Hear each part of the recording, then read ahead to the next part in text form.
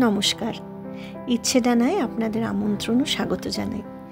The vibrant coastal areas of India produce a myriad of seafood, fishes, crustaceans, etc. Among them, the pomfret is one of the most popular, easily prepared and extremely tasty.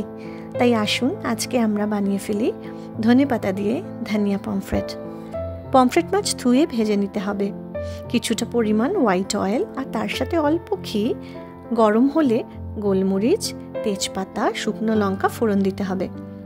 বেটে রাখা রসুন, ধনেপাতা ও কাঁচা লঙ্কা দিয়ে নিতে হবে। ভালো করে কষা হয়ে এলে তাতে পমফ্রেট মাছগুলো একে একে দিয়ে দিতে হবে। ঢাকা দিয়ে ফুটিয়ে নিতে হবে ভালো করে, অবশ্যই নুন ও চিনি স্বাদ মতো। তারপর নামিয়ে গরম ভাতে বা পোলাওয়ে পরিবেশন করুন। অসাধারণ খেতে, mouth watering, healthy and unique. Enjoy.